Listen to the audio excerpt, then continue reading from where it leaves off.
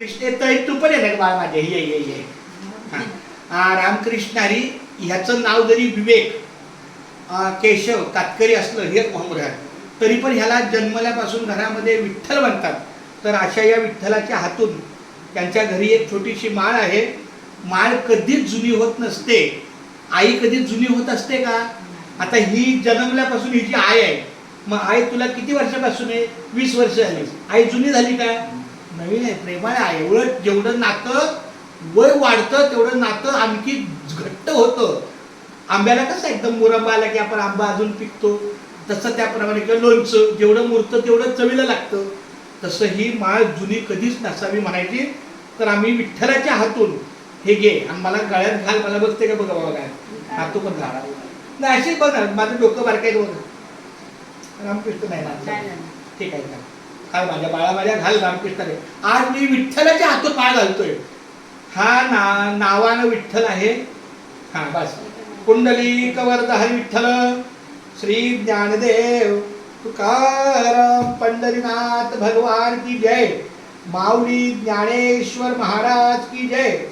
जगद्गुरु श्री संत तुकाराम महाराज की जय. संत शिरोमणी रोहिदास महाराज की जय. वा वा वा केशवा माधवा गोविंद. अरे एक मिनिट बोल. ऐक बोल. पंढरीच्या लोका बोल. पंढरीच्या लोका बोल. पंढरीच्या लोका नाही अभिमान पाया पडती जन एकमेका. तू विठ्ठल आहेस. मी तुझ्या विवेक कातकरीच्या पाया नाही पडत, विठ्ठल लोकांच्या पाया पडत.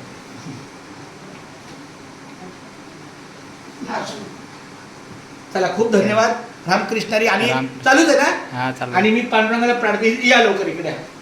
हा आमच्या केशव कातकरी आणि विठ्ठल केशव कातकरी यांचा मुलगा आणि पत्नी आहे. मी पांडुरंगाच्या चरणी गणपती बाप्पाच्या साक्षीने असा शब्द देतो की आतापर्यंत काय आमच्या केशव महाराजांच्या हातून अनावधानानं काय ते तंबाखू वगैरे खाणे पण ते अतिशय पापाचं धनी आहे. तुम्ही किती वर्ष माळ टिकवली याला महत्व नाही, माळ कशी टिकवली याला महत्व आहे. एखादा तू 1 लाखाची चोरी कर किंवा 1 रुपयाची कर, तो चोरच असतो. तसं तुम्ही आपल्या चोचल्यासाठी तंबाखू खाणं योग्य नाहीये. जर तुमच्या गळ्यामध्ये माळ कोणाची आहे? तुळशीची आहे, पांडुरंगाची माळ आहे, तर पांडुरंगाला तंबाखू चालते का? पांडुरंगाला गुटखा चालतो का? पांडुरंगाला मग तुम्ही एखादा अंडे खाऊ शकता आपल्या तोंडाला पाहिजे म्हणून. तसं नाही. तर मी गणपती बाप्पाला प्रार्थना करतो की लवकरात लवकर आमच्या या केशव माऊलीच्या हातामधली जी काही तंबाखू आहे ती लवकरात लवकर दूर व्हावी. लवकरात लवकर म्हणजे आजचा शेवटचा दिवस आहे तंबाखूचा. उद्या सकाळी म्हणजे 12 वाजल्यानंतर ती तंबाखू तोंडात गेली नाही पाहिजे. हा माझ्या छोट्या ताईचा शब्द. नक्की जाणार ना? चला.